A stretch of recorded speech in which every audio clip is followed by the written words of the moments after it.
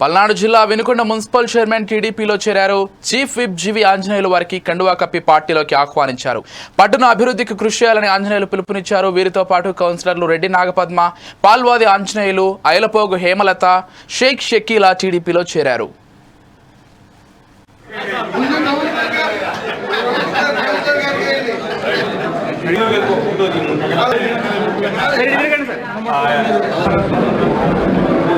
చంద్రబాబు గారి మీద నమ్మకంతో, నా మీద నమ్మకంతో తెలుగుదేశం పార్టీ ద్వారా అభివృద్ధి సాధించాలి, అది సాధ్యపడుతుందని నమ్మి మాతో వచ్చినటువంటి కౌన్సిలర్లకి, వారి తరఫున వచ్చినటువంటి వారి పరివారానికి ఓ మాట ఇస్తున్నా. ఖచ్చితంగా వినుకొండ పట్టణాన్ని ప్రజలు ఆశయాల మేరకు ఖచ్చితంగా అభివృద్ధి చేద్దాం. మీ అందరి సహకారం తీసుకుంటా పట్టణాన్ని అభివృద్ధి చేస్తా. నా వంతు సహాయ సహకారాలు ఎప్పుడు మీకు ఉంటాయి. మీ వార్డు అభివృద్ధుల కోసం, మన టౌన్ అభివృద్ధి కోసం నా శక్తి వంచన లేకుండా కృషి చేస్తాను. నిధులు తీసుకొస్తా. చంద్రబాబు గారి దగ్గర అభివృద్ధికి అన్ని విధాలా సహకరిస్తాను.